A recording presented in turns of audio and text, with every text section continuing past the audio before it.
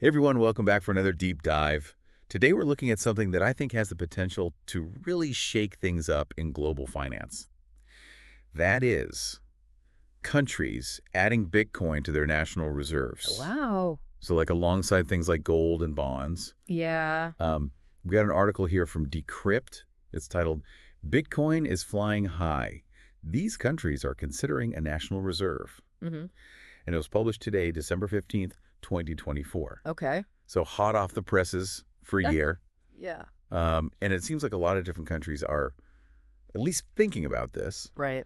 And we're going to try and unpack, why that is and what it might mean for all of us. Yeah, definitely. I mean, we have a U.S. senator who wants to buy 200,000 Bitcoin a year for the U.S. That's a lot of Bitcoin. Yeah. El Salvador's already doing this. Right. And their president's kind of doing a victory lap about it. Yeah, he's really leaning into it. It's very interesting. So, yeah, a lot of interesting stuff to cover. Let's start, I guess, with the fact that Bitcoin just hit a new all-time high. Yeah, it did. Over $100,000. Yeah, that's a big milestone. Yeah. And I think that's definitely contributing to this growing interest Right. in Bitcoin as a reserve asset, you know? And when the price is going up, people start to pay attention. Governments are paying attention, for sure. Yeah. So is it all just about, profits? Well, I mean, I think the potential for gains is definitely a factor. Yeah. But I think it's also a little bit deeper than that. I think a lot of governments are looking for ways to kind of diversify their reserves, Right. Especially given all the uncertainty we see in traditional financial systems right now. Yeah. Bitcoin being a decentralized digital asset, Mm-hmm. is seen as a potential hedge against that risk. Right. It's not tied to any one country's economy. Yeah. So if, things get rocky, somewhere else you're somewhat protected. Yeah, exactly. So, but how do they even manage that? Thousands of Bitcoin. Well, that's where cold wallets come in. Okay. So What is a cold wallet? basically, it's like an offline storage solution. So think of it like a specialized USB drive that keeps your Bitcoin completely disconnected from the internet. Oh, so it's It's much less vulnerable to hacking. it's like a super secure vault. Exactly. Digital. Yeah, a digital vault. Okay, I got it. Yeah. So the Decrypt article highlights a pretty bold proposal in the U.S. Yeah, it does. This is Senator Cynthia Loomis. Right. She's put forward the Bitcoin Act. I've heard of this. Have you? Yeah. And she's suggesting that the U.S. government buy 200,000 Bitcoin every year for 5 years. Wow, that's a lot. Yeah. How would we even afford that? Well, the proposal actually suggests funding this by basically diversifying existing Federal Reserve assets. Okay. So they would be taking funds from things like bonds Okay. and even potentially gold holdings Oh, interesting. and putting that into Bitcoin. Okay, so Yeah. instead of printing new money, Right. they're just shifting existing assets. Right. They're reallocating. Yeah. Now, it seems like President-elect Donald Trump might be kind of on board with this idea. Well, he has definitely expressed support Yeah. for holding Bitcoin. At the BTC 2024 conference in Nashville, Mm-hmm. he actually stated that his administration plans to retain all Bitcoin that the U.S. government currently holds Okay. and any that they acquire in the future. So it's got some Yeah. pretty prominent figures Yeah. behind it. But, is that even a good idea? What are the downsides? Well, that's a good question. I mean, some economists are definitely concerned about the potential for market manipulation. oh, yeah. If governments become major Bitcoin holders. Right. They also worry about the volatility Sure. of Bitcoin and what impact these large purchases could have on the price. Yeah, it's kind of gamble, isn't it? Well, there's always some risk involved with any new asset class. Right. So I think governments will definitely need to carefully weigh the potential benefits against the risks. Yeah, before they jump in. For sure. Now, the U.S. isn't the only country looking at this. The article mentions Brazil Right. and something called RESPIT. Yes. RASPIT, which stands for Sovereign Strategic Reserve of Bitcoins. Wow. It's a mouthful. But essentially, Brazil's proposal would allocate 5% of their international reserves to Bitcoin.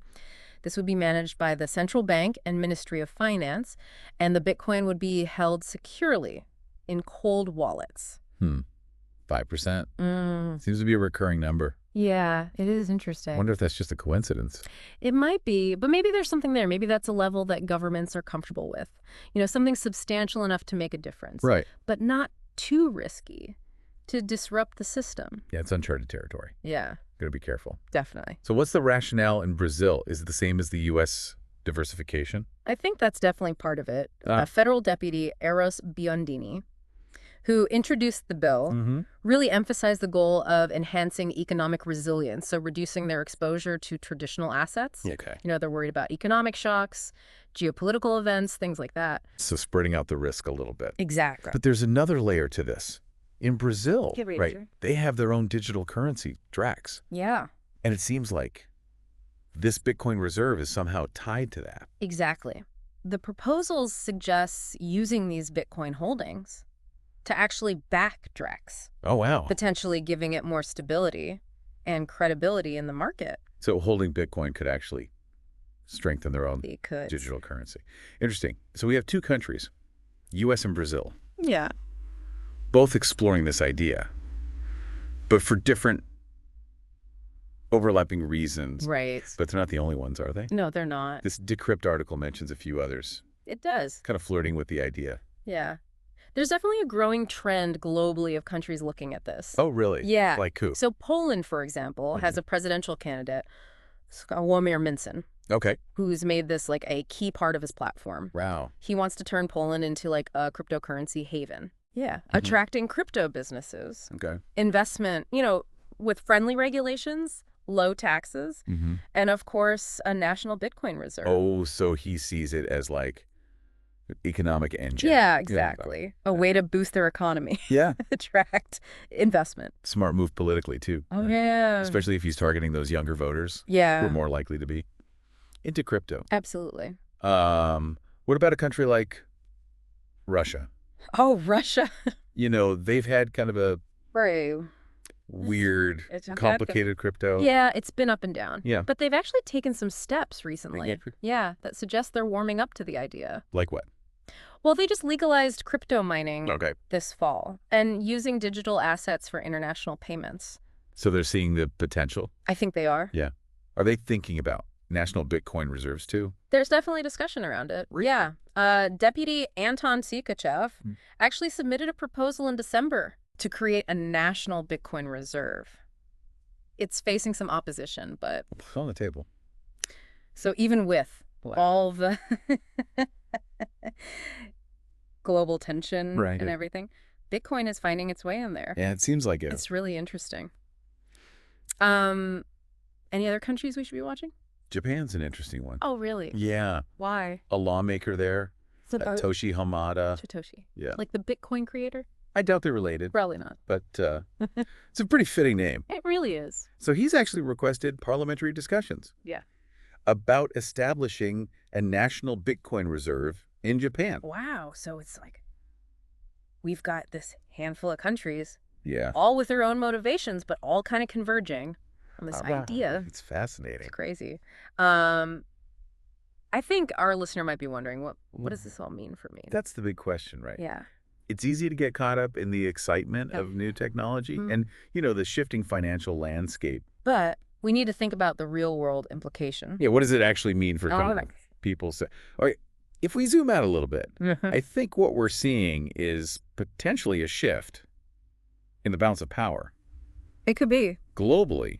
Yeah. How so? Well, right now, the U.S. dollar is the dominant reserve currency globally. Right. Most international trade is done in dollars. Yeah. Many countries hold a large portion of their reserves in dollars. Okay. But if this trend continues with national Bitcoin reserves, it could challenge the dollar's dominance. Oh, so you're saying that if countries start holding a lot of Bitcoin, Yeah, they might be less reliant they might. on the U.S. dollar. Exactly. And that could change how countries interact with each other. Absolutely. It could lead to a more multipolar world where power is more evenly distributed. Okay. Countries have more flexibility, autonomy in their financial decisions. Yeah. And that has ripple effects on everything from international trade to geopolitical alliances. Well, that's a pretty big It's a big deal.